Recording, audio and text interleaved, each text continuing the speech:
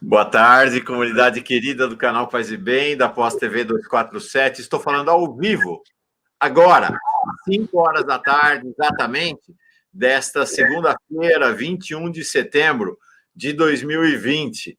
Este é o curso Retalhos da Nossa História, aula de número 46. Estamos adentrando, já estamos dentro, os dois pés embarcados no século XX, depois de ter atravessado a história brasileira desde o século XVI, desde a invasão desse território maravilhoso por um bando de portugueses. E a partir daí, aquilo que era o paraíso virou uma terra muito abençoada, muito bonita, mas de muito sofrimento para o povo que aqui habitava, para o povo que para aqui foi trazido como escravo da África, para o povo pobre da Europa, que também acabou migrando para cá, uma terra de muita alegria, mas muita tristeza e sofrimento também. A história do povo brasileiro, né? História de conquistas, alegrias, lutas, choros, discriminações. E hoje nós vamos falar de um dos episódios mais trágicos da história do país, mas que ele é uma marca. Vocês acham que só tem campo de concentração na Alemanha? Que só na Alemanha houve campo de concentração? Não é, não. Aqui no Brasil teve campo de concentração e hoje nós vamos nos dobrar sobre um dos episódios mais cruéis e dramáticos da história do país, os campos de concentração do Ceará. Os campos de concentração no qual o povo pobre, o povo retirante, o povo fugido da seca foi condenado à prisão e à tortura em vida no Ceará. É isso mesmo, vamos falar dos campos de concentração no Ceará. Foi uma aula pedida muitas e muitas vezes pelo pessoal do Ceará e de outros estados e regiões do Nordeste. É sobre ela que o professor Pedro Lima Vasconcelos vai nos falar nesta tarde de segunda-feira, 5 horas da tarde, tarde fria em São Paulo, mas se você assiste quando quiser, de manhã, de tarde, de noite, de qualquer dia da semana, do mês, do ano que você quiser, e será sempre bem-vindo e bem-vinda. Deixa eu embarcar aqui nosso Pedro, nosso muito querido Pedro. Deixa eu ver aqui. Onde está ele? Ah, está aqui. Oi, Pedro, tudo bom? E aí, Mauro, tudo bem? Boa tarde a você, caro. Boa tarde a quem já nos acompanha, já está sintonizado, como a gente dizia no tempo do rádio, né? É verdade. Pois é, uma boa tarde para todo mundo. E vamos lá, né? Vamos lá para esse episódio dramático. Avisos paroquiais, para começar. Segunda-feira que vem, quem vai estar com o Pedro aqui vai ser o nosso queridíssimo reverendo Eduardo Henrique. Eu vou tirar uma semana de férias, vou lá para o Piauí, vou para o Piauí. É aniversário do meu filho Caetano, ficar lá um pouco com ele, e meu netinho Benjamin. Vamos surfar muito lá no Piauí, nas praias desertas do Piauí, vai ser muito bom. Então, semana que vem vai ser uma aula também muito especial. Vai ser uma aula de um trido que é muito demandado também pelas pessoas aqui no Retalhos da Nossa História, que é Juazeiro, Caldeirão e Pau de Colher. E Pedro vai dialogar com vocês, vai apresentar a aula dele na semana que vem com o nosso reverendo Eduardo Henrique. Hoje, então, nós dois aqui, e mais vocês todos e todas que estão aqui na sala de aula. A Sandra Altava chega aqui de Ibiúna, em São Paulo. A Neiva Almeida, que está aqui com a gente sempre, ela fala: eu nasci em Senador Pompeu, onde teve campo de concentração também. Ana Maria Mota Aquino, minha amiga e irmã de Pedro, Maria de Fátima Lima Vasconcelos, ela não perde uma aula, hein, Pedro? Vai ganhar diploma. Peraí que eu fechei o microfone, que estava dando uma interferência. Perdão, fala. Pois é, minha irmã querida do coração. A gente se vê sempre na segunda-feira à tarde, embora ela possa me ver e eu não possa vê-la. Mas a gente... Legal, gente boa. A Ivone Marinho, de Gravatá, Pernambuco, amiga do Pedro, minha amiga também. Conhecemos no encontro do 247 em 2018, lá em Recife. Vera Barbosa, ela dizendo: na minha casa todo mundo é Lula. Tem uma música que dizia: na minha casa todo mundo é Bamba. É isso aí, todo mundo é Lula. Eliane Gonçalves, ela falando de onde está você, Eliane Gonçalves. Deixa eu achar você aqui, que eu perdi você no giro aqui da nossa... Nossa, como tem gente na sala de aula, Pedro, está lotada a sala de aula. Ela fala de Jardim Alegre, Paraná. Depois dela chegou Regina Pereira, Américo Fortal. O Américo Fortal, que fala de Fortaleza, esse é um dos que pediu insistentemente essa aula sobre o campo de concentração. Está aí, Américo, a aula que você pediu. Sônia Mourão, a Maria Cláudia Junqueira, dizendo que leu muito sobre o assunto. Socorro Fernandes, do Crato, Ceará, outra cearense aqui, para participar da conversa, ou pelo menos falando do Ceará. Jorge Lula Barreto, solidariedade eterna a todo o povo sofredor, Deus ama os pobres. Ele que fala de Ipiaú, lá na Bahia, a Sônia Mourão dizendo aqui, nossa senhora, eu não sabia, diz que vandalizaram uma estátua do grande Ariano Suassuna em Recife, não estava sabendo. Que ponto estamos chegando, hein, Pedro? Nossa senhora. Cortaram as pernas. Nossa senhora. Espancaram as pernas da estátua. Mas isso simbolicamente tem um significado importante, né? Sim. É o que querem fazer com todos os que se opõem ao anseio da ditadura de Bolsonaro, né? Exatamente. E a cabeça. Eu ia fazer referência a esse episódio, porque, enfim, vamos tratar de Nordeste, vamos tratar das questões aqui dessa região, como não mencionar Ariano Suassuna, né? Pois é. E que estão mencionados, né? No curso de Canudos. Bom, em todo o curso de retalhos, Ariano tem sido uma referência, né? Que você tem nos trazido sempre. Regina Parenza chega aqui também, Nilson de Barros Abreu, a Flávia Assis também, está sempre no Giro das 11 também, a Maria José da Biblo, Valdelice Santos, Janete Leitão, Ana Prado, Maria de Lourdes Martinelli, falando de São Paulo, capital, Arimateia Moraes, do CEBI de Mossoró, Rio Grande do Norte. Opa, Flávio Furtado de Farias, Parnaíba, Piauí. É para aí mesmo que eu vou, Flávio. Semana que vem estarei aí na Grande Parnaíba. A Maria Cláudia Junqueira reivindicando o voto de todo mundo no Prêmio Direitos Humanos João Paulo Evaristo Arnes para o nosso Júlio Lancelotti, mais do que merecido. Marina Alves Silva do Couto, Maria José Ataíde, Heloísa Gouveia, Heloísa Bortoli, o Nilson de Barros dizendo que está chovendo um monte lá em Brasília. Josi Negreiros, nossa moderadora, sem ela não tem paz e bem.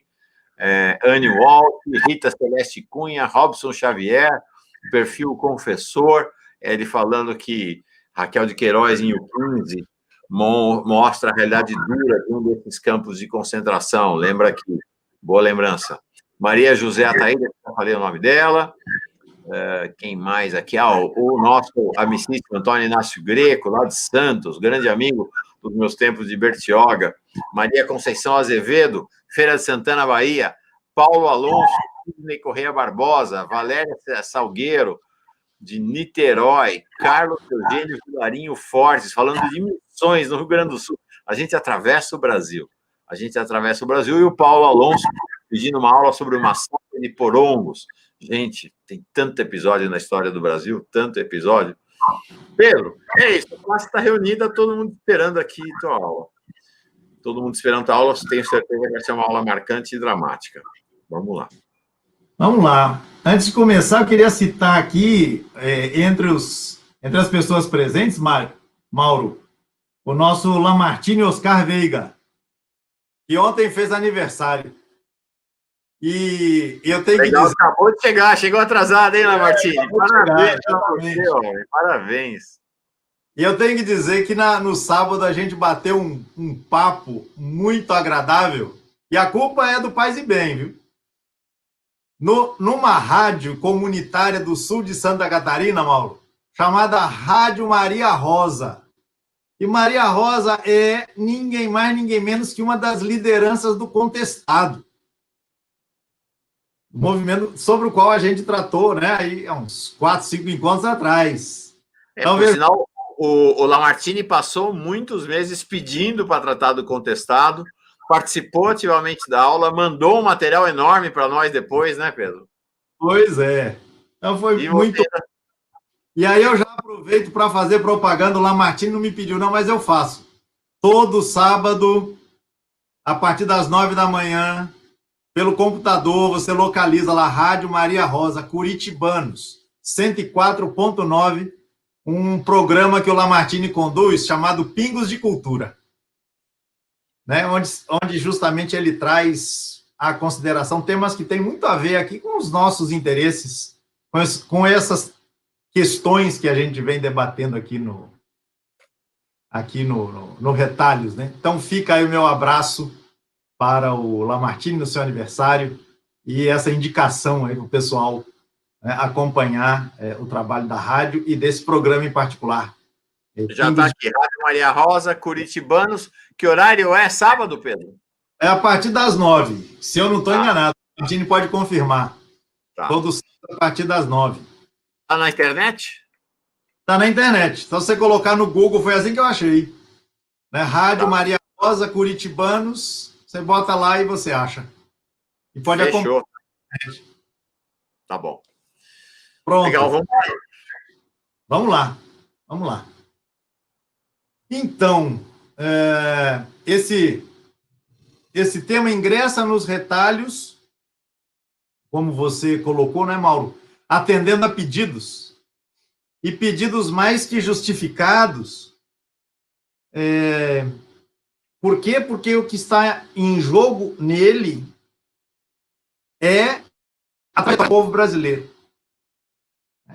E isso tem sido, né, o eixo que tem conduzido as nossas escolhas, as nossas seleções temáticas, né? Que vem desde o início do ano passado, quase. Agora, os campos de concentração, eles não são uma invenção popular. Já tem que ficar claro. Os campos de concentração são uma invenção da elite para lidar com um povo que, da parte dela, da elite, recebe todo tipo de qualificativo. Gente perigosa, gente suja, gente mal educada, gente doente, gente contagiosa, etc.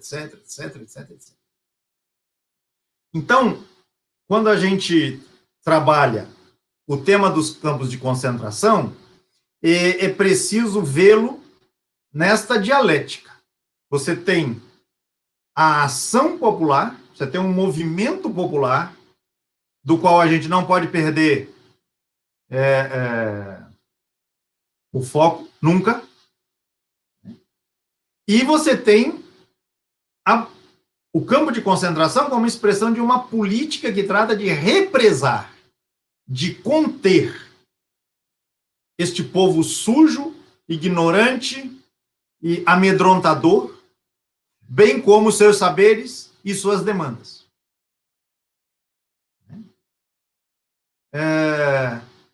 Isso é que é política pública, é tratar o povo dessa maneira. Assim tem sido feito, assim foi feito durante 500 anos. E aí a gente ficou mal acostumado, né, Mauro? Na década e meia de início do século XXI, tempo em que o povo foi introduzido no orçamento. E aí se desenvolveu um conjunto de políticas públicas de outro verniz, de outro viés, de outra consistência. Né?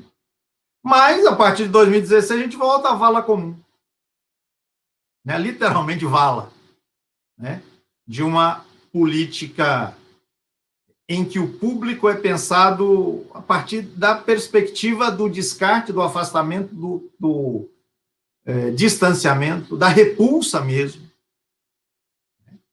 a partir dessa cultura do ódio, né, que reapareceu, saiu do armário, né, de maneira tão visceral, de maneira tão brutal, de maneira tão assustadora. Então, efetivamente, o tema dos campos de concentração, ele é muito importante, não só pela explosividade da questão em jogo, mas ele é relevante também para que a gente pense, né, como tem sido o modo costumeiro, né, de as demandas do povo serem encaradas, serem enfrentadas pelos detentores do poder. Como é que as demandas do Brasil real, para fazer mais uma vez referência ao nosso Ariano, como é que as demandas dos movimentos do Brasil real, as invenções do Brasil real, têm sido tratadas pelos agentes do Brasil oficial ontem e hoje. Ontem e hoje. Então, vamos lá. Alguém da nossa turma mencionou, já não lembro mais quem, mencionou a Raquel de Queiroz, né? A romancista, a escritora, membro da Academia Brasileira de Letras, que produziu como sua primeira obra fundamental, a obra que lhe deu absoluta notoriedade, obra dos tempos em que, Mauro, ela se alinhava com os interesses, né, os interesses populares. Depois ela foi fazendo uma história endireitando-se, a ponto de apoiar o golpe de 64, coisa muito, muito estranha. Eu não sou conhecedor, né, da trajetória, da biografia política da Raquel de Queiroz, mas o romance que a projetou como a grande escritora que foi, chama-se justamente O 15. E é um romance que ela publicou em 1930, quando estava na casa dos seus 20 anos. E a respeito desse romance, há que se dizer algumas coisas. Primeiro, o 15. Por que o 15? Mauro, no Ceará, as secas, algumas em particular, têm um poder tão avassalador, exercem um impacto, produzem um impacto tão impressionante, né, na vida das pessoas, que elas são nomeadas como se fossem entidades, a partir do ano em que elas aconteceram. Então, o 15 é uma referência a uma dessas grandes secas que assolaram o território do Ceará, que foi a seca de 1915. E a Raquel de Queiroz tinha nascido poucos anos antes, ela era criança, né, quando essa seca aconteceu. Então, ela experimentou enquanto criança pequena. Ela sofreu alguns impactos, né, deste momento, né, importante, marcante, terrível para a vida de tantas e tantas e tantas e tantas pessoas. Então, o 15. Bem, eu não tenho certeza se na minha formação escolar eu cheguei a ler o romance de Raquel de Queiroz por inteiro. Eu não tenho certeza. De toda maneira, em vistas a preparar aqui nosso encontro, ou me preparar para o nosso encontro, eu fui ver o filme que foi feito sobre a obra de Raquel de Queiroz.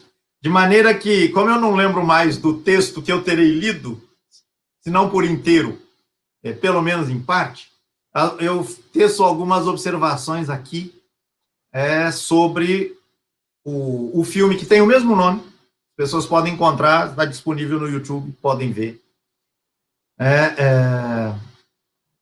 Cenas muito significativas, cenas muito impactantes, né? Porque você tem como um dos eixos principais do enredo do filme, e nisso ele reproduz o enredo do romance, a trajetória de uma família sertaneja, né, buscando de todos os modos escapar da seca, né, e o caminho qual é? É o caminho rumo à capital. E aí você tem perdas de todo tipo, né? Um dos filhos morre porque faminto acaba arrancando uma raiz venenosa, tomando como se fosse mandioca, macaxeira, e ele come aquela raiz e morre por conta disso.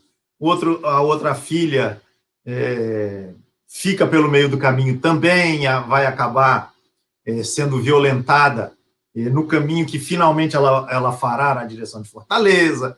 Enfim, a família, quando chega, finalmente, depois de várias agruras, né, à capital, ela será recolhida justamente num desses campos de concentração. E aí, uma coisa que chama a atenção, e aí eu justamente não posso atribuir isso ao romance da Raquel de Queiroz, porque eu não fui revisitá-lo, não tive como.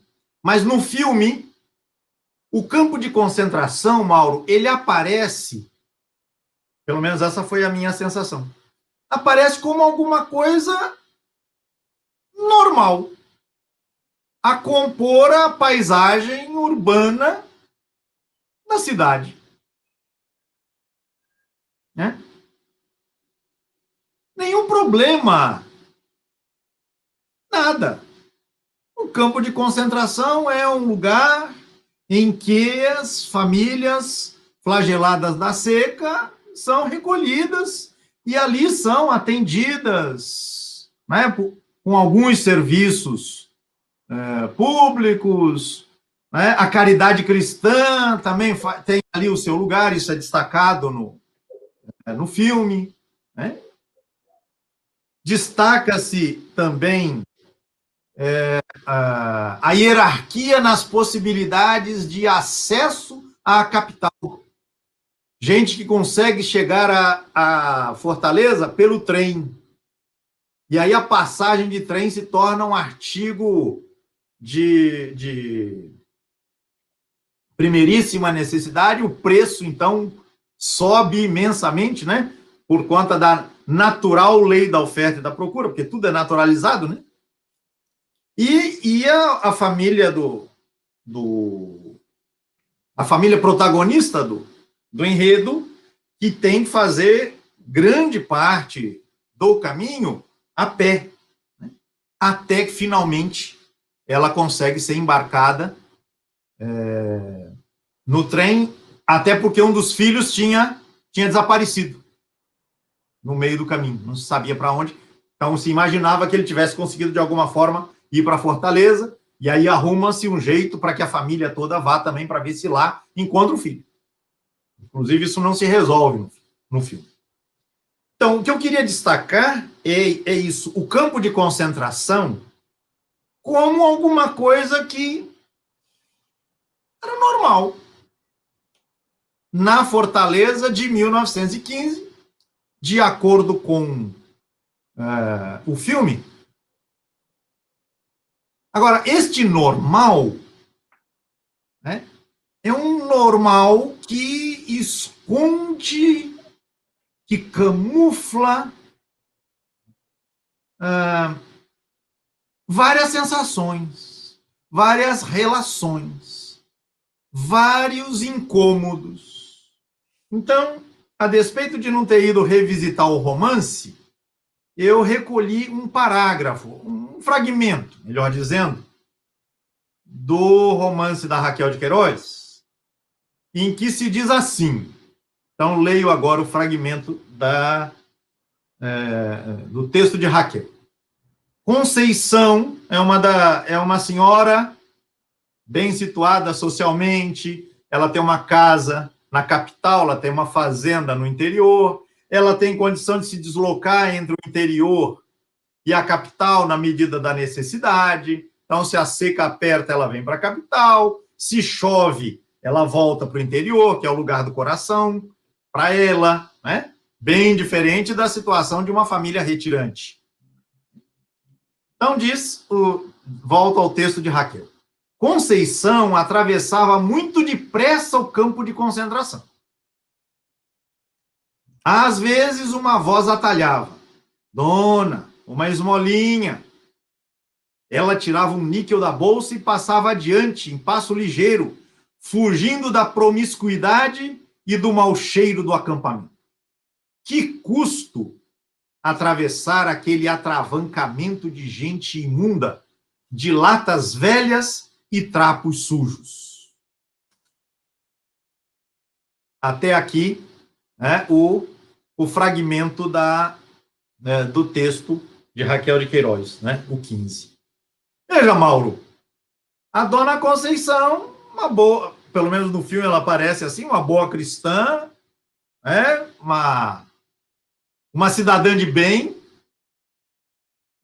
intencionada, e que até quer exercer, né, a caridade cristã, e até vai ao campo de concentração em função disso, né? Mas atravessava muito depressa. Alguém pediu uma esmola, ela pegava uma moeda, entregava rapidamente e quase que sem olhar a pessoa pedinte. Afinal de contas, o que é o campo de concentração, né, para esta distinta senhora? É sinônimo de promiscuidade, é expressão de mau cheiro. E aí, o comentário de quem faz a narração, né? Que custo não era para esta senhora tão bem intencionada atravessar aquele atravancamento de gente imunda, de latas velhas e trapos sujos. Que forte, hein, Pedro? Pois é, pois é. Mas veja, o campo de concentração, ele não é visto, Mauro, como uma excrescência. Ele é visto como um elemento a compor aquela situação urbana da qual você deve se distanciar. Se você quiser fazer o sacrifício, né? Sacrifício em nome justamente das boas virtudes cristãs, você vai lá, né, faz a sua caridade, mas vai correndo rápido, porque afinal de contas, né, o mau cheiro, a promiscuidade, né, a coisa vergonhosa, gente suja, gente, né, desdentada, né, ou, eventualmente alimentada de maus propósitos, né? Enfim, nada que chocasse pela existência, pelo fato de existir. Uhum. Bem, aqui nós estamos falando, então, de um romance que tematiza num dos seus eixos fundamentais, certamente o mais importante, a saga de uma família retirante na direção da capital. A gente vai encontrar uma reprodução, uma repetição criativa, obviamente, uma produção absolutamente nova, mas a cena a gente vai encontrar novamente no romance do Graciliano Ramos, né? O Vidas Secretas.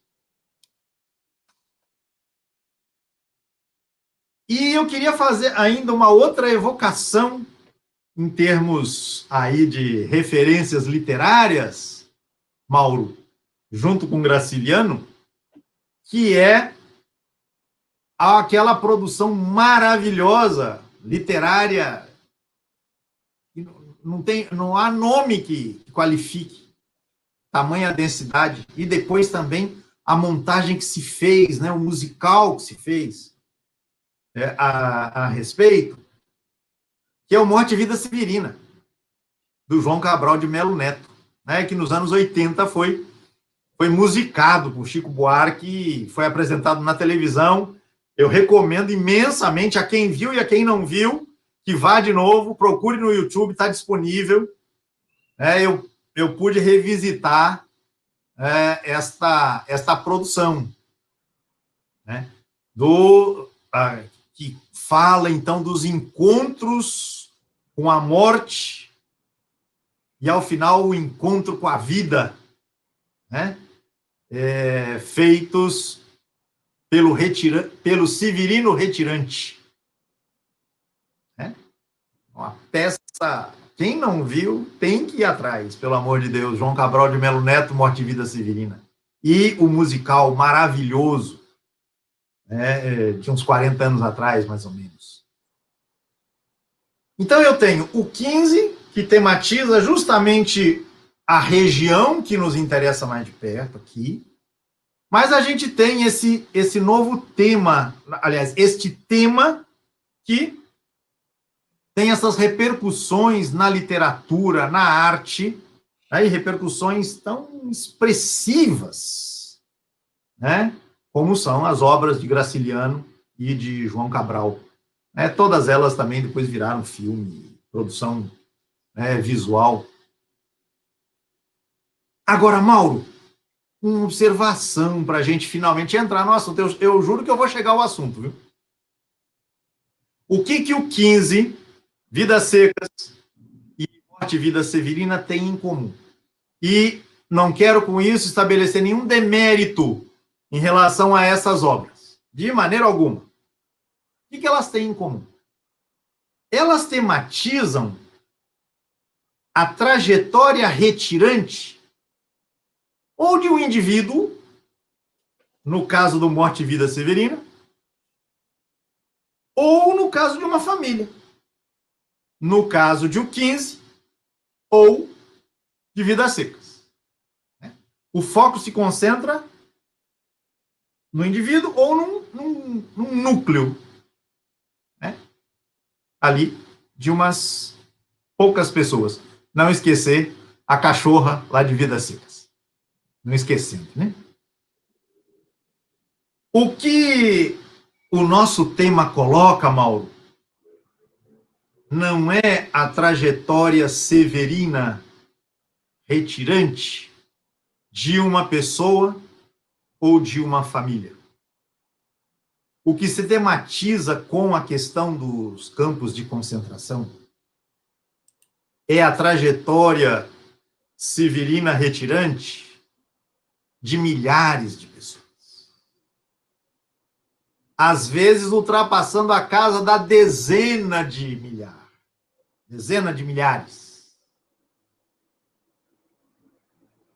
E aqui vale uma observação que eu encontrei tanto num estudioso das questões do Nordeste, um professor chamado Durval Muniz de Albuquerque, quanto num professor estudioso das questões do contestado, Santa Catarina, que é o professor Paulo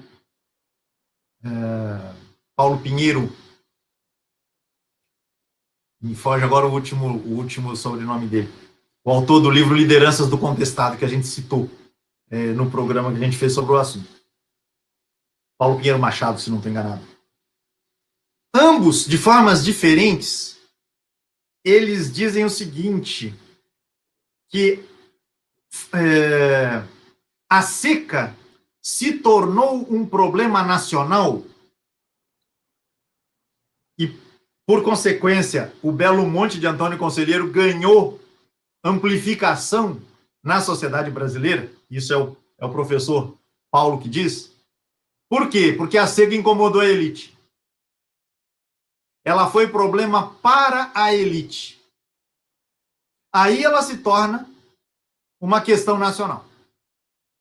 Enquanto o problema é do severino retirante, Mauro, tudo bem. O problema é invisível. O problema fica invisibilizado. Mas na medida em que ele assume contornos e densidade que impactam diretamente nos modos de ser, nos modos de viver, nos modos de enriquecer-se dos grupos dominantes, aí o problema se torna um problema da sociedade. É aquele caminho que Marx, de alguma maneira, já tinha apontado lá nas suas obras. É aquele caminho pelo qual A classe dominante sempre descobre os modos de fazer com que os seus interesses, portanto, os interesses da classe dominante, se tornem os interesses dominantes na sociedade. Bem, isso tem implicações de várias perspectivas que eu não vou comentar aqui. Mas por que eu estou falando tudo isso, Mauro? Como eu prometi, vamos entrar no assunto, né? É que, particularmente no Ceará, e a gente tem que avaliar em outras regiões como é que essas coisas terão acontecido, mas o Ceará, ele tem uma tradição que remonta pelo menos até fins do século XIX, mais precisamente no final da década de 1870, em que a seca, os impactos da seca produziram uma reviravolta no modo de ser e de organizar-se da vida social no seu todo, fazendo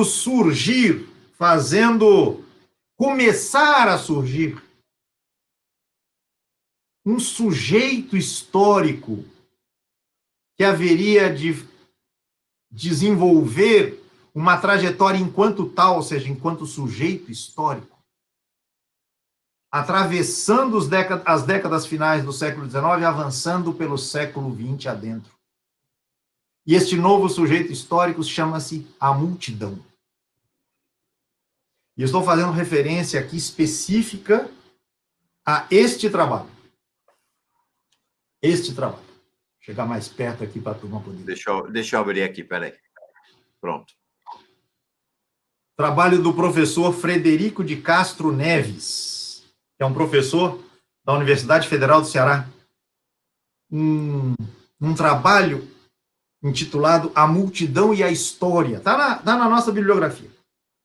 E o subtítulo: Saques e outras ações de massa no Ceará. Este trabalho, Mauro, eu o havia lido quando estava fazendo meu doutorado sobre o Belo Monte, mas a preparação para este encontro me fez retomar a leitura e dar-me conta ainda mais de alguma coisa fundamental para que a gente vá aprendendo a fazer justeza às trajetórias do povo brasileiro. E qual é o elemento que eu quero destacar aqui, Mauro? Muitas vezes, os movimentos populares, eles são tematizados a partir de episódios. Mesmo aqui nós, nos retalhos, a gente trabalha muito com episódios, né? O episódio do contestado, o episódio da revolta dos malês, o episódio Belo Monte. Mas a gente nunca pode perder de vista que essas manifestações episódicas, ou como o autor aqui chama, espasmódicas, como se fossem espasmos, elas não são uma explosão a partir de um terreno tranquilo. Não, não. A gente tem uma ação popular, uma movimentação popular, uma articulação popular que é permanente. Talvez, do ponto de vista histórico, a gente não tenha os dados suficientes todos, dos quais nós gostaríamos de tomar conhecimento, para dar conta deste processo que não termina. Que não termina, nunca parou, sempre continua. E aí o episódico, o espasmódico, ele serve de uma indicação, de um sintoma de que uma movimentação vem acontecendo sempre. Movimentações acontecem sempre. que encontram em determinadas situações, a partir de determinados elementos que possibilitam, né, uma efervescência, né, uma presentificação mais significativa.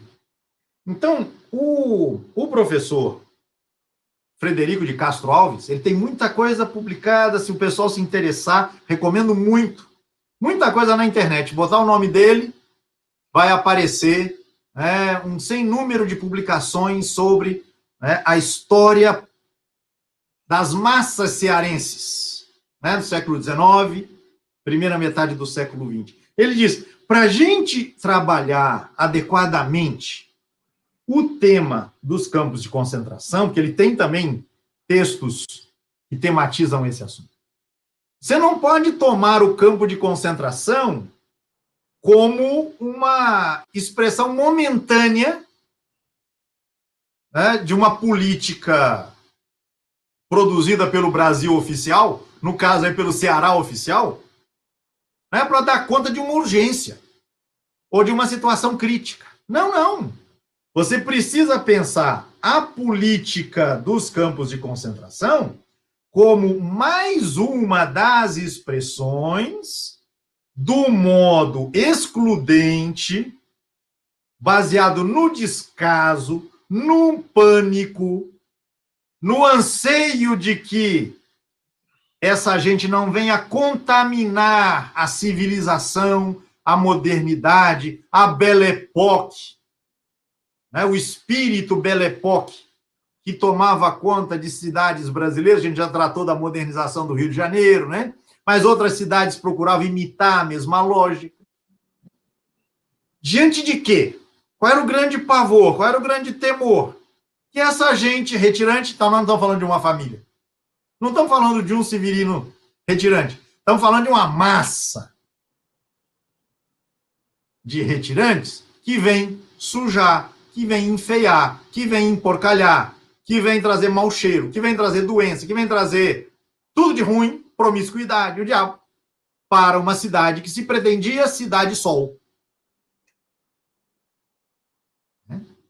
Esse é um elemento que me parece extremamente importante. Os campos de concentração não são resultados de uma manifestação esporádica de insensibilidade das classes dominantes, das elites governantes, frente às situações problemáticas vividas pela população. Não. Elas são apenas a expressão do mesmo.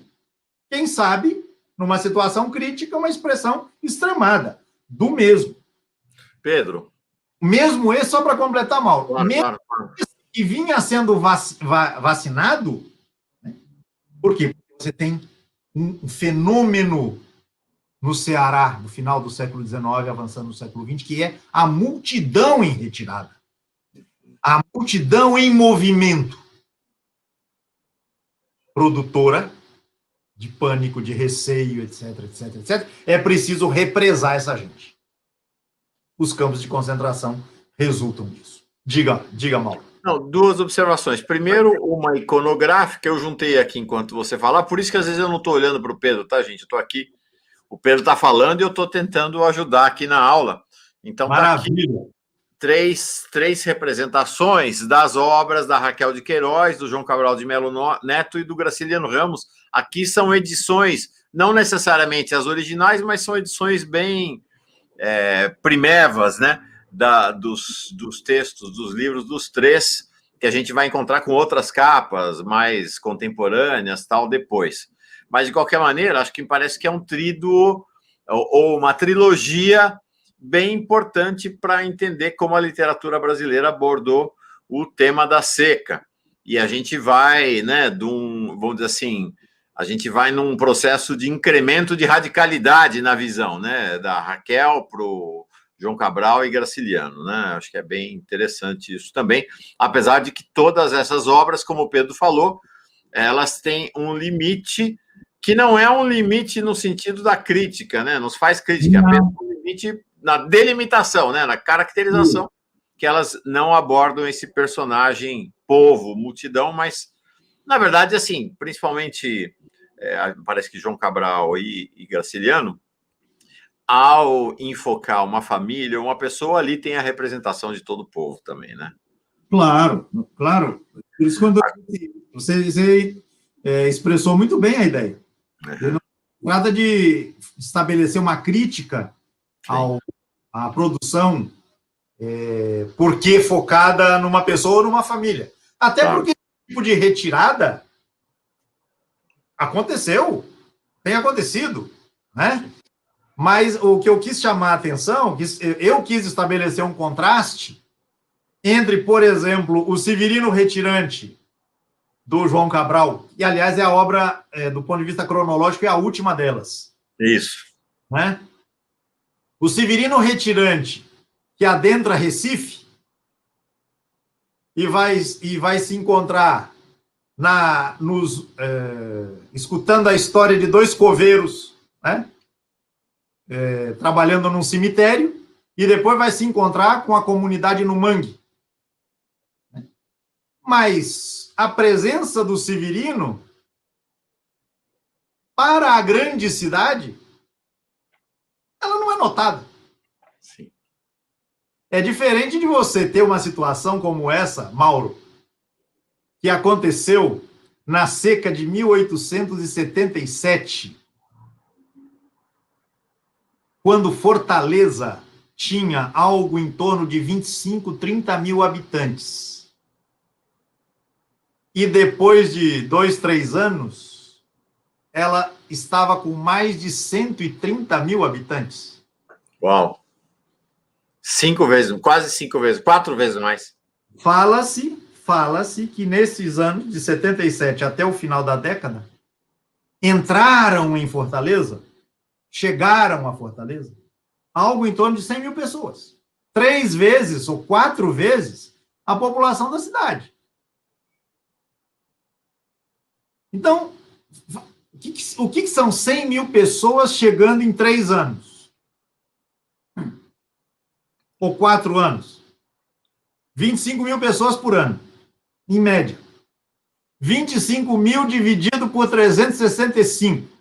Não sei fazer a conta de cabeça, não. Mas entenda. Quanto é que dá? 25 divididos por 365. Mas para a gente ter uma média. 68 pessoas por dia, 70 pessoas por dia. 70 pessoas por dia. Não. Só isso, Mauro. Deixa eu fazer a conta de novo. Isso aí. Isso aí. 70 pessoas entrando por dia na cidade. Agora, é 70 pessoas por dia numa cidade com 30 mil habitantes, né, Pedro? Pois é.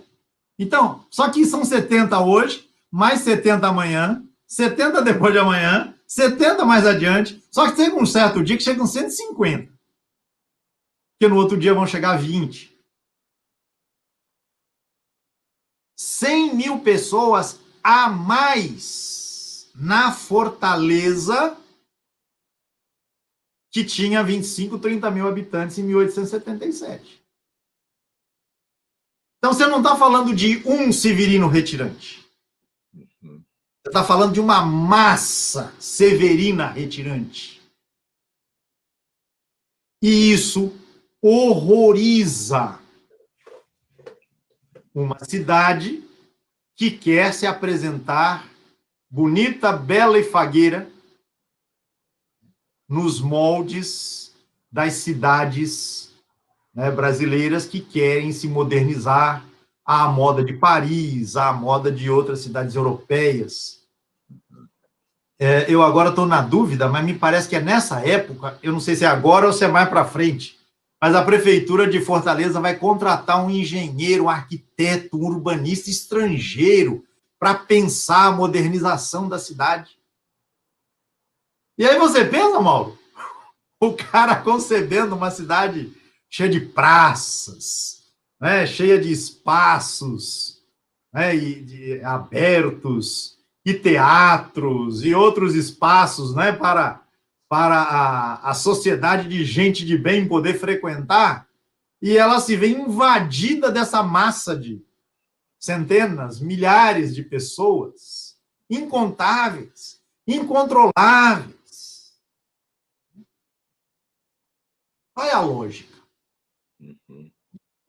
O que você faz? Então, o professor Frederico, ele insiste muito nisso. Ele vai dizer, pelo menos desde 1877, você tem um sujeito novo na cena pública do Ceará e das imediações, porque isso vai atingir também outras cidades do Ceará e, por exemplo, do Rio Grande do Norte. Alguém aqui que nos acompanha é de Mossoró. Mossoró foi atingida também por deslocamentos assim em massa. Mossoró, no Rio Grande do Norte, perto da fronteira com o Ceará. Então, os estudiosos vão dizer, Mauro, que a multidão flagelada que faz esse caminho, ela impõe o tema da seca e o tema da fome como um problema político. Num tempo em que, como a gente inclusive comentou na semana passada, né, a questão social, né, atribui-se isso a Washington Luiz, a questão social é pensada como questão de polícia. Eu digo atribui-se a Washington Luiz porque há quem coloque em dúvida se a frase é dele mesmo. Mas não importa, né? Porque esse a gente sabe muito bem que era o tom, né, com que se olhava desde o ponto de vista da classe dominante, da elite do Brasil oficial, né, as questões colocadas pelo Brasil Real. Então, né, essas massas, essas ações de massa, como diz o professor, né, elas dão ao problema da seca e ao problema da fome associado à seca, né, exatamente, Américo Fortal colocou aí para nós o nome do arquiteto, né, que planeja a fortaleza Belle Époque, né, daquele final de século XIX, começo do XX. Então, muito obrigado, Américo. A gente tem que pensar a questão grande. Tem que pensar no movimento coletivo. Né? E num movimento que, no fim das contas, não acontece só quando você não tem uma chuva, né? A chuva de São José, né? Como aparece no filme lá, o 15. Né? O problema da fome no sertão é um problema permanente. O problema da seca no sertão é um problema permanente. Ele não acontece só quando, num determinado ano, não chove. Porque, na maioria dos casos, nos anos quando chove, a chuva ela é num volume pequeno.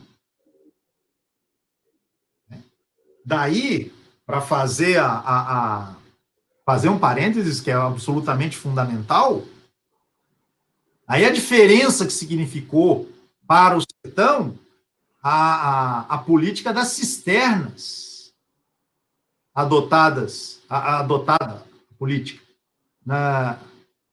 no governo Lula e Dilma,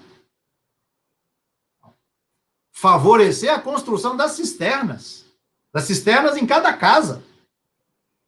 É uma beleza você viajar. Eu que viajo na direção do sertão, né? Agora não, mas na minha atividade costumeira como professor lá em Palmeira dos Índios, a terra de Graciliano, né? Quanto mais você sai daqui da região úmida da Zona da Mata e adentra o agreste, né, na direção do sertão, você vai encontrando as casas e as correspondentes cisternas. O que a elite daquela época foi capaz de fazer foi, de um lado, obras faraônicas. Mauro, você é do tempo, tanto quanto eu, da chamada indústria da seca, né? A transformação da seca num tema da vida política que vai permitir às elites de sempre lucrarem em cima da miséria, né, vivida pela população sertaneja nas chamadas obras contra as secas. Obras começadas e nunca terminadas, obras previstas para uma pequena duração e que acabam demorando muito tempo mais para se verem completadas, né? Então, alguém aqui do nosso grupo que nos acompanha, Mauro, falou residir em Senador Pompeu. Isso, a Neiva. Pompeu é uma cidade no interior do Ceará onde há ruínas do que foi o campo de concentração naquela cidade. Você tem ruínas, você tem sobras do campo de concentração. Porque antes, aquelas casas, aquelas edificações terem servido para a construção de um campo de concentração, elas eram componentes de uma tal Vila dos Ingleses. Paulo, no sertão, Vila dos Ingleses, o que os ingleses estavam fazendo lá?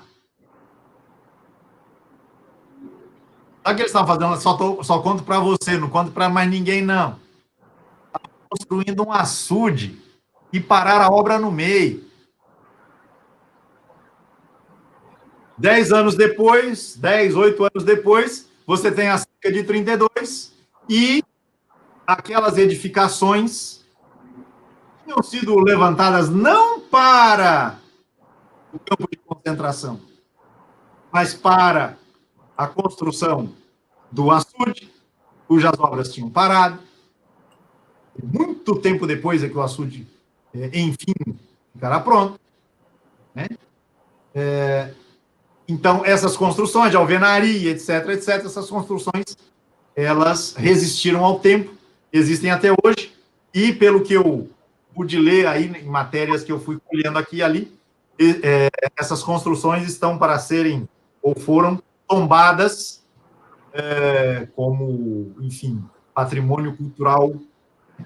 E isso acaba sendo o único caso em que você tem vestígios, né, arquitetônicos do que foi um campo de concentração, dos vários que foram construídos ao longo desse tempo ali nas imediações de Fortaleza e no interior, né? O Senador Pompeu é uma cidade do sertão. Quixeramobim, terra de Antônio Conselheiro, também teve o seu campo de concentração. Aqui é a imagem de um deles, né? Deve ser, você pode conferir aí para mim e para a turma, deve ser de Senador Pompeu. Creio que é. Tem outra imagem aqui, deixa eu mostrar, também muito significativa, uma imagem aérea. Deixa eu me ver, essa aqui já foi. Essa é a imagem aérea, essa eu não sei dizer de onde é. Também é uma imagem aérea, inclusive tomada, capturada pela TV Globo numa reportagem que fizeram sobre os campos de concentração do Ceará anos atrás. Está aqui. Enquanto você abre aí o Américo Fortal, nosso conhecedor das terras, né? Estamos tratando. Sim, esse é senador Pompeu. Ele está dizendo aqui, né, que ele destacou que as construções de açudes aconteciam dentro de terrenos particulares, terrenos particulares, ou seja, para ganho dos proprietários. Ele fez uma outra observação aqui que eu queria destacar. E ele está dizendo que o campo de concentração do senador Pompeu efetivamente foi tombado. Essa imagem que você está mostrando agora, né,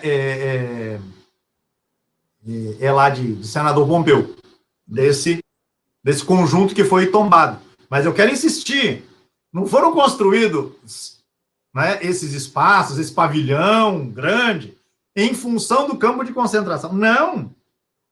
Isso é porque existia a Vila dos Ingleses que ia construir o açude. E a altura de 32, ela estava abandonada porque a obra tinha sido deixada, e então aqueles espaços foram utilizados para o campo de concentração de Senador Pompeu. O que se diz, as narrações, as descrições dos acampamentos em geral, que, repito, existiram, foram erguidos na seca de 15 e na seca de 32, perdão, a seca de 15 e a seca de 32, principalmente, eram palhoças. Eram palhoças mal pensadas às pressas, aí as pessoas eram jogadas ali. Isso aparece de maneira muito marginal no filme, né, o 15. Mas está lá, é só ela ver. Né? Então, o campo de concentração, Mauro, ele há de ser visto dentro de uma lógica em que a população, a massa, porque o sujeito aqui a ser enfrentado não é a ser atendido. É um sujeito que precisa ser enfrentado. É um sujeito coletivo, a massa, a multidão. E eu insisto, a história desta multidão, ela deita raízes, pelo menos, no que foi, né, a seca de 77 do século XIX, se não antes. Né, mas a história que o professor Frederico nos propõe vai recua, pelo menos, até esta seca. Então, eram campos de confinamento. Eram campos de contenção. Olha as informações que o Américo nos coloca aí, uma depois da outra, né? Enriquecendo aqui, né, referências à nossa conversa. Né? Então, você tem um campo em 1915 chamado Alagadiço. Alagadiço. A ideia deste campo era, como a gente está dizendo aqui, nessa altura a gente não precisa nem pensar muito para imaginar. É represar a população para que ela não chegue a invadir a capital e suje o que com tanto esforço a gente fez para que ficasse limpo, bonito, lindo e maravilhoso.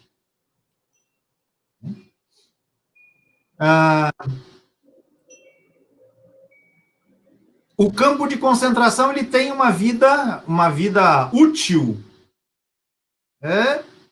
relativa, a depender das situações. Né? Não se pensa numa política de assentamento das pessoas. Não. É medida de emergência. Então, este do Alagadiço, ele durou menos de um ano. Em 1932, o Américo já nos antecipou, foram construídos 7 campos, Mauro. Eu vou achar aqui, porque eu coloquei em algum lugar a lista deles, o nome deles, desses campos. Eu não os tenho de cabeça, dá um minutinho aqui. Então, aqui nas minhas anotações ainda tem que em 1915 foi construído um segundo campo, chamado Matadouro. E um outro elemento a ser considerado, né, Mauro? As condições higiênicas, né, as condições sanitárias, melhor dizendo. Então, em tantas situações, em tantos registros, se vai fazer uma comparação, uma associação, mais do que comparação, entre o campo de concentração e o cemitério, porque o número de mortes, né, que aconteciam nesses campos, nessas condições, era imensamente grande. Mas, enfim, 7 campos na década de 30. Então, vamos lá. Pirambu e Otávio Bonfim, em Fortaleza. Um outro em Ipu, na cidade mais ao norte do estado. Aliás, cidade onde Antônio Conselheiro atuou como rábula no fórum. Tinha atuado, né, algumas décadas antes. Em Quixeramobim, terra de Antônio Conselheiro, foi construído também um campo de concentração que teve uma duração de 2 meses e meio, 3 meses. O campo de Patu, que é justamente o de Senador Pompeu. O campo de Cariús e o campo de Buritis. Então, Pirambu, Otávio Bonfim, Ipu, Quixeramobim, Patu, Cariús e Buritis. 7 campos de concentração. No interior e na capital. Mauro, por que construção de campos de concentração no interior?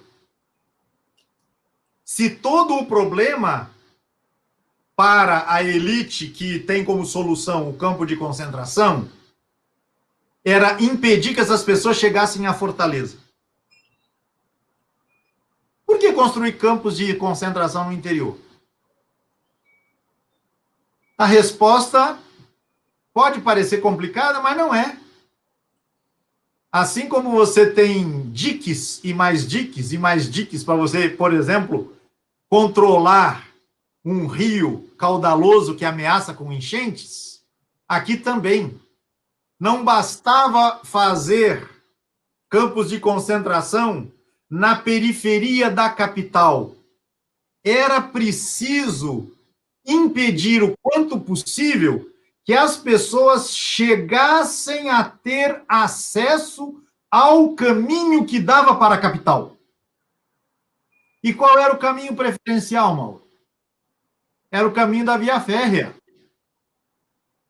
Então, alguns desses campos de concentração, eles são erguidos, né, em cidades pelas quais passa a linha férrea. Então, se não se pode impedir, não se pode conter, não se pode reprimir a pessoa, a família, os grupos retirantes nos seus lugares de saída, porque eles vêm de muitos cantos, você trata de reprimir em etapas. Tá aqui, Pedro, encontrei esse mapa aqui dos 7 campos. Maravilha. Tá. Maravilha. Então, de qualquer maneira, é isso, né? Você vai vendo aqui Fortaleza, aqui no alto. Peraí, deixa eu pegar aqui. Como vocês podem ver aqui, ó. Aqui no alto, né? No cantinho, Fortaleza. Exatamente. E você vai tendo quase que uma barreira, né? Contra a Fortaleza aqui. Eu não consigo ver, porque a letra está bem pequenininha, mas essa... Aqui é Quixeramobim, é o campo...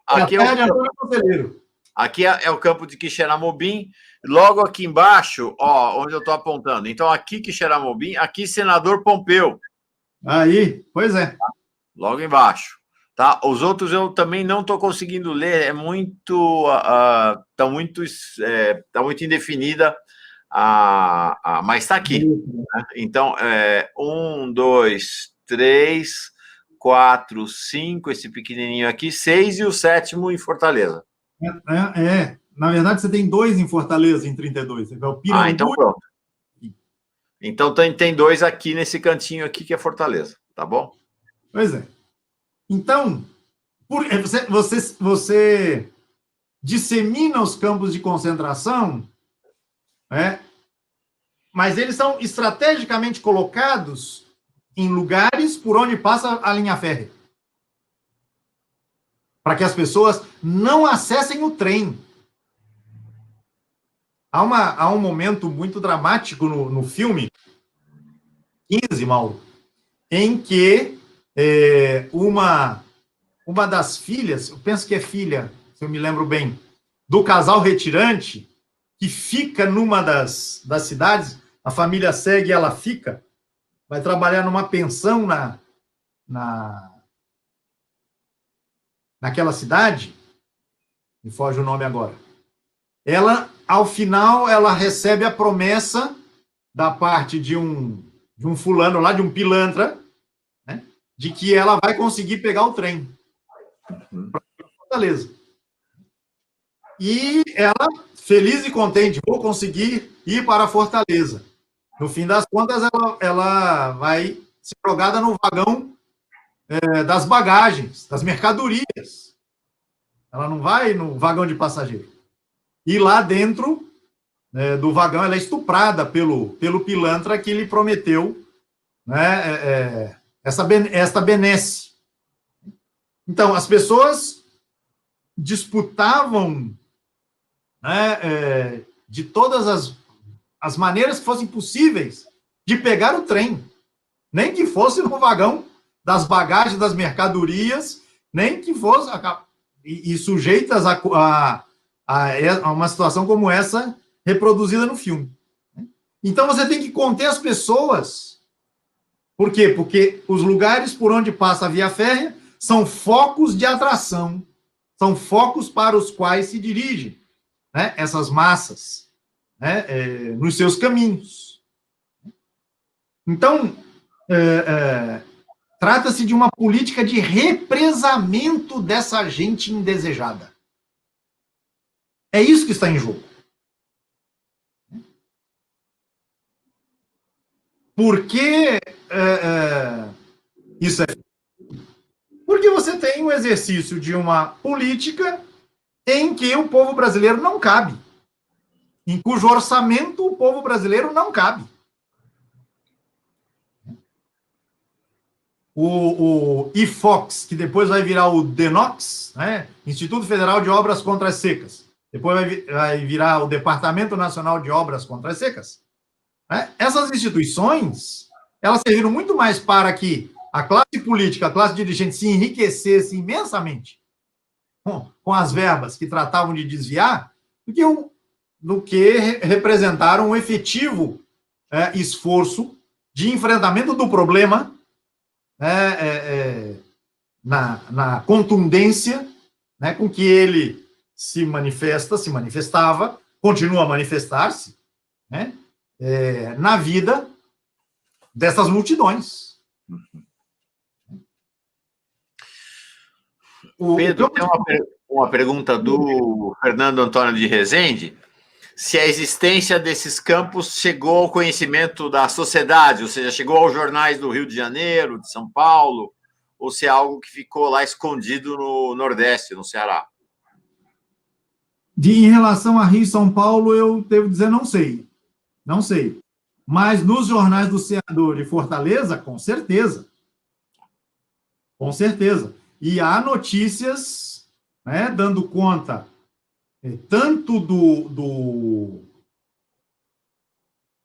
da existência desses campos, quanto do horror que eles significavam, né, e do medo que eles representavam para uma elite bem pensada, que dentro da lógica de condomínio, diria o Christian Dunker, né?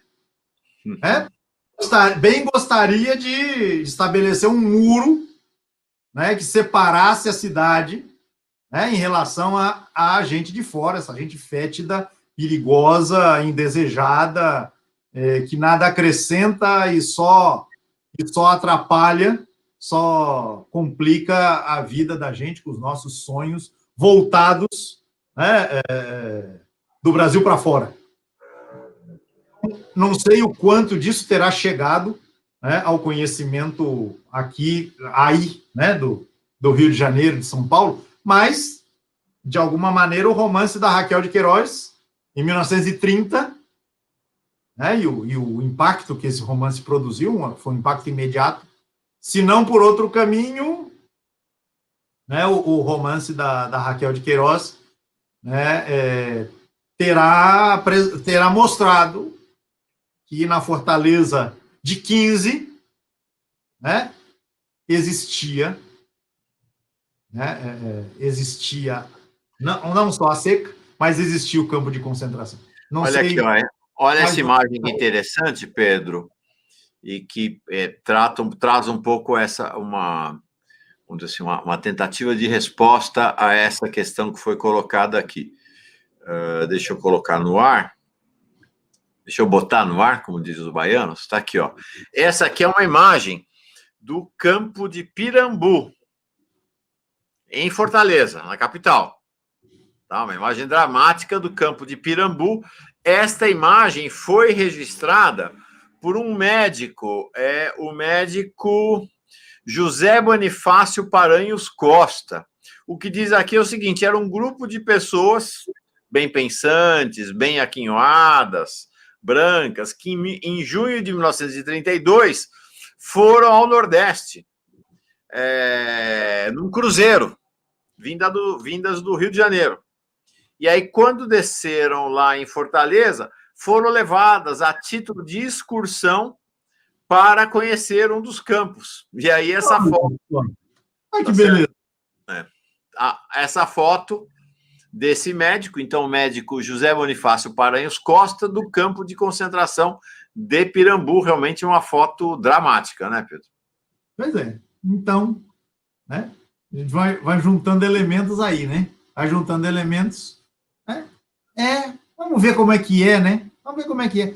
E as pessoas falavam, Mauro, em campo de concentração, é importante também notar isso, sem a carga com que nós hoje falamos, porque quando a gente fala campo de concentração, a gente pensa na direção da Alemanha. Nosso pensamento imediatamente se dirige à Segunda Guerra Mundial, ao nazismo, etc, etc, etc. Na verdade, nós estamos falando de coisas anteriores à Segunda Guerra Mundial. Não é uma inspiração nos nazistas. Não. Quem sabe os nazistas se inspiraram aí. Agora é brincadeira. Brincadeira sobre um tema muito, muito dolorido, né? Na verdade, o efeito, Mauro, que os campos de concentração nazistas produziram foi vergonha aqui. Aqui, digo, Fortaleza. Porque, afinal de contas, como você disse desse médico, né?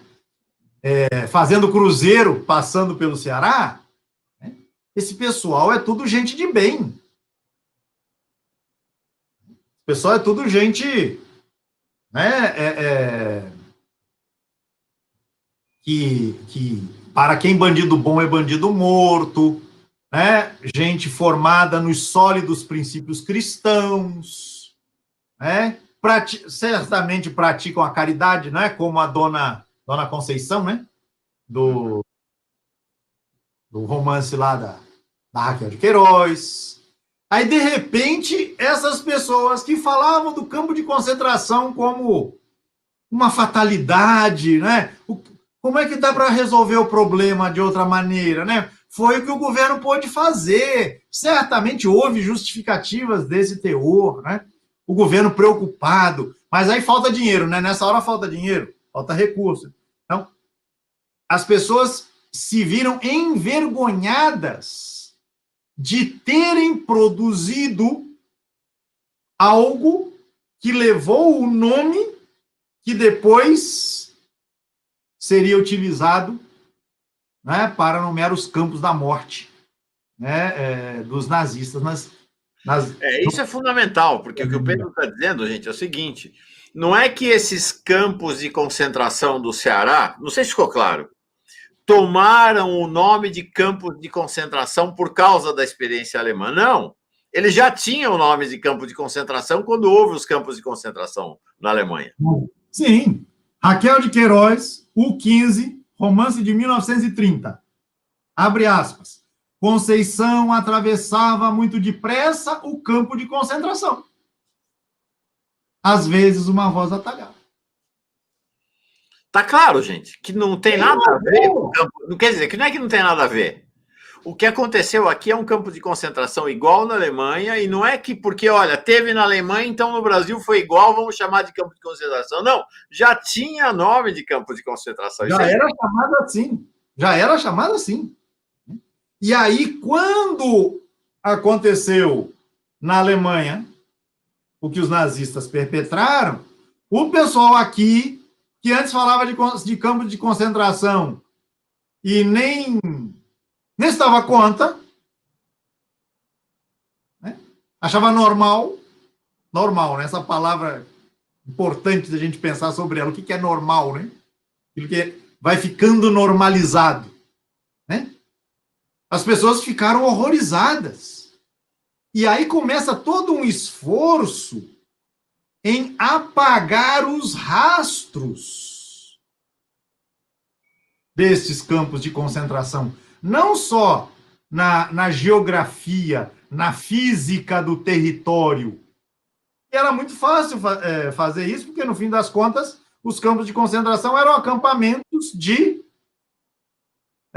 casebres feitos de bambu e cobertos de palha. Repito, a exceção foi o caso lá de Senador Pompeu, pelas razões que a gente já mencionou. O Américo Fortal está colocando isso um elemento chave também, eu já ia deixando passar despercebido. Havia controle para entrada e saída. As pessoas só podiam sair do campo de concentração, Mauro, se indicassem para onde iam, o que iam fazer. E tinham que voltar, sob pena de a sua gente ser maltratada, ser castigada, a gente que tinha ficado no campo. Alguma pessoa na periferia de Fortaleza que tivesse conseguido um bico, vamos dizer assim, para usar a nossa palavra, um bico para trabalhar na cidade, então esta pessoa podia sair de manhã, fazer o seu serviço com a condição de voltar à noite, sob pena de o seu pessoal sofrer sanções. Então, todo tipo de vigilância, de controle. Como na Alemanha, né? Nos campos de concentração da Alemanha, havia também essa possibilidade, né? Muitos judeus saíam para trabalhar fora e eram obrigados a voltar à noite. Pois é. Então, é importante que fique claro, né? A expressão campo de concentração, ela não é uma invenção nazista. Se é que não existia antes, ela é uma invenção deste contexto do qual a gente está tratando. Não havia horror em se dizer Fortaleza tem campo de concentração. O Ceará tem campos de concentração. O horror era produzido por essa sensação de que a nossa segurança, a beleza da nossa cidade, o glamour, né, da nossa urbe, da nossa cidade-sol, tudo isso está colocado em risco.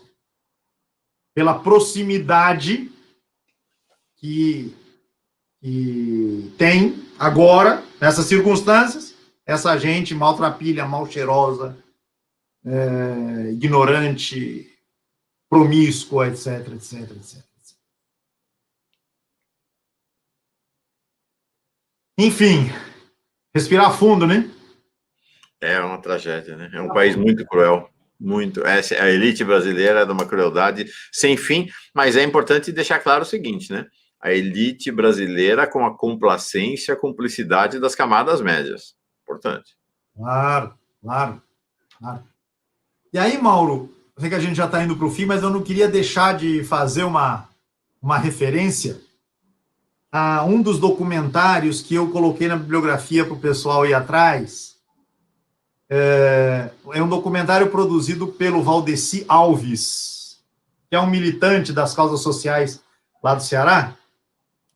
E há um dos documentários intitulado O Inferno de Quixeramobim ao Campo de Concentração Ipu. E ele visita os lugares, mostra, etc. E quando ele está em Quixeramobim, ele vai à frente da casa em que nasceu e viveu nos seus primeiros 20 e poucos anos, o nosso Antônio Conselheiro.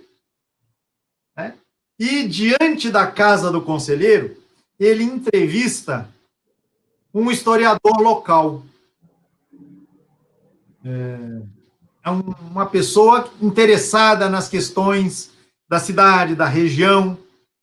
Né? E aí ele pede ao entrevistado, então o Valdeci pede ao entrevistado que faça uma comparação entre o campo de concentração de Quixeramobim, 1932, e a concentração do Belo Monte, que o quixeramobimense, sido 100 anos antes, né, tinha liderado, né, cuja construção tinha sido liderada por ele no final do século XIX, no sertão da Bahia. E a fala do entrevistado, se não me engano, o nome dele é Ailton Brasil, se não estou enganado, é muito tocante, porque ele diz, é outra coisa. É outra coisa. Aqui em Quixeramobim, as pessoas foram retidas e foi tirado delas até o extremo que a sua força de trabalho permitia que elas produzissem. Porque esse foi outro detalhe também, Mauro. A construção dos campos de concentração obedeceu a interesses dos setores dominantes relacionados à realização de obras.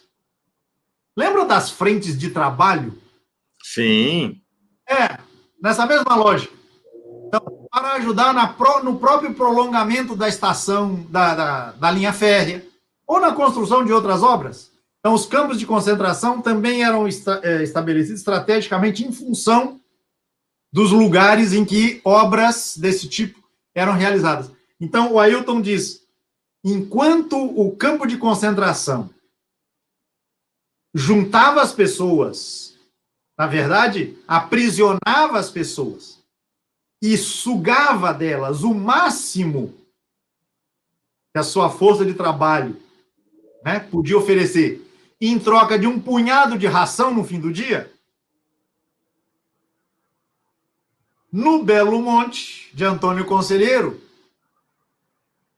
a concentração de pessoas se deu em vistas do estabelecimento de uma lógica horizontal, em que, como agora eu acrescento a fala dele, em que, como dizia um dos afilhados do conselheiro, tudo era tratado por todos como se fosse de todos.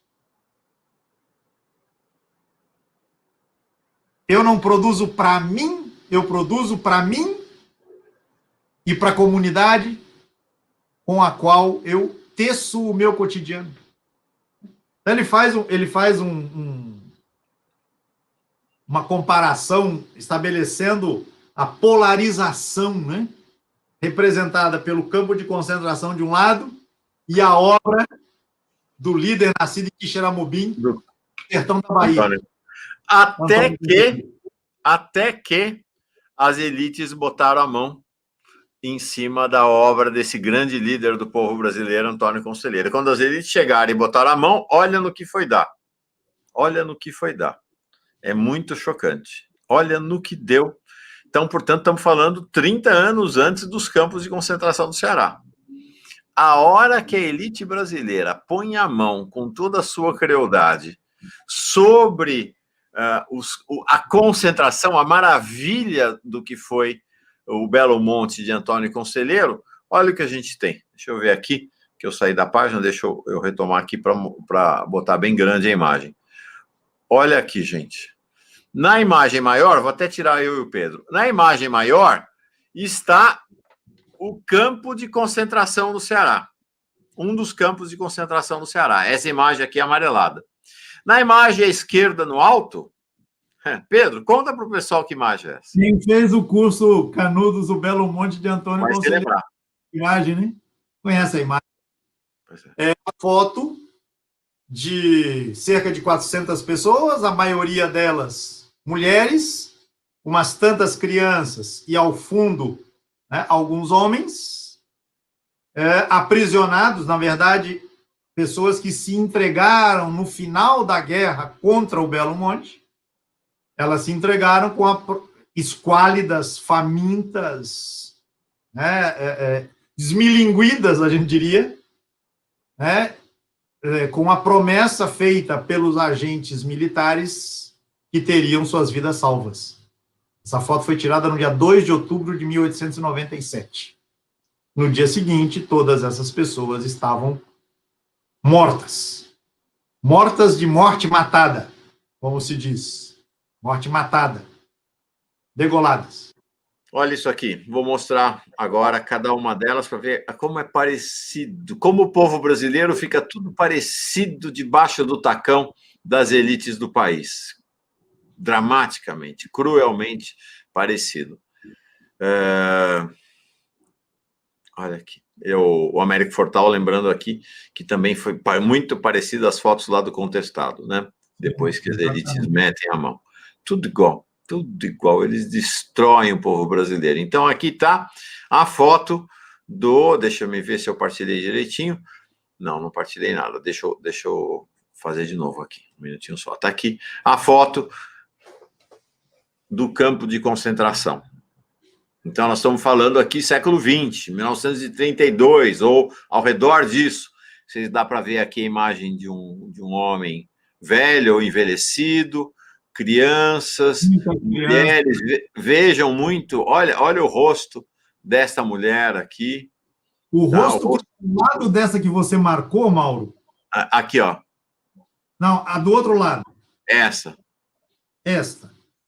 Peço às pessoas que prestem atenção na feição desta senhora. Agora, então, vamos ver. Agora eu peço que você abra a foto lá do Belo Monte, que eu vou apontar também para uma expressão facial. Vamos agora aqui ver Belo Monte, um minutinho só. É de chorar. Onde está Belo Monte? Está aqui. Está aqui. Pronto. Guardem a imagem que viram. Você consegue abrir um pouco mais a imagem, Mauro? Vou abrir e está aqui, né? No coração. Aqui, né? Não, mais essa aqui. Mais para o lado esquerdo. Mais para o lado esquerdo. Essa aí. Exatamente. Essa, né? Exatamente. Igualzinha, né, Pedro? Igualzinha. Exatamente. Igualzinho. Exatamente. Veja essa criança aqui, gente. Olha aqui. Isso tudo era gente que meses antes tinha saúde, tinha alegria. De chorar. Estava todo mundo saudável. O Brasil oficial reduz o Brasil real toda vez que o Brasil real cisma de agigantar os horizontes das invenções que realiza todo dia.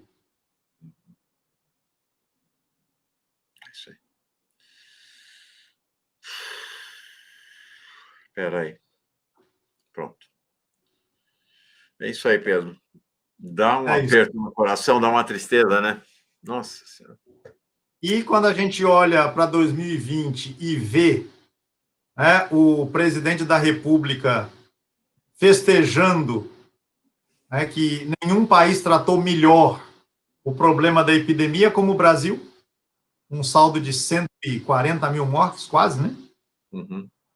E ele parece que vai amanhã, sei lá quando, vai para o exterior. Não, ele não vai para o exterior, ele vai falar na abertura da Assembleia Geral da ONU nessa terça-feira, que é a tradição. O presidente brasileiro abre, mas ele vai abrir, já gravou o discurso, já mandou para se vangloriar dos 140 mil mortos. E dizer que o Brasil é o que se recupera melhor do ponto de vista econômico, que qualquer outro país. E a gente com o retorno ao mapa da fome que se consolida nesse ano, enfim. É de controle. Mais uma aula. Entranhas. É isso aí. Mais uma aula do curso Retalhos da Nossa História, aula de número 46. Hoje, ao vivo, segunda-feira, 21 de setembro de 2020. Na próxima segunda, dia 28, eu não vou estar aqui, estou uma semana de férias, mas vai estar aqui o nosso queridíssimo reverendo Eduardo Henrique com Pedro Lima Vasconcelos para a aula sobre Juazeiro, Caldeirão e Pau de Colher, uma aula imperdível também com Pedro Lima Vasconcelos. Pedro, obrigado. Aula triste hoje, né? Triste. Difícil. Me agradeço, Mauro, e aproveito para dizer, né, que a gente estava com a previsão de começar o curso, né, com o Emílio Ferrin na semana que vem, mas justamente por conta da sua viagem, né, a gente rearranjou o nosso cronograma. Isso. Então, o curso com o professor Ferrin, que o pessoal aqui do Paz e Bem já conhece, é um curso chamado... agora estou lembrando o título. O curso terá como nome Biografia de Deus, de Jó ao Islã. Serão 4 encontros que acontecerão dia 5, 12, 19 e 26 de outubro, e aí a gente volta em 2 de novembro com retalhos da nossa história para falar do cangaço. Isso. Então, aí o pessoal... Juazeiro, Caldeirão e Pau de Colher. Exato. Semana que vem, Juazeiro, Caldeirão, Pau de Colher, e o pessoal já vai se preparando para o curso com o professor Ferrin. Vão atrás da obra dele, né? Angústia de Abraão, o livro da Paula. Vai servir de base, né, para o nosso percurso em 4 encontros aqui. Mais uma vez, Mauro, muito obrigado. Uma boa semana para todo mundo. Obrigado a quem nos acompanhou. Paz e bem. Valeu, gente querida e amiga. Paz e bem. Boa semana. Até a minha volta das férias. Semana que vem, não percam. Pedro Lima Vasconcelos e o reverendo Eduardo Henrique. Tchau. Valeu.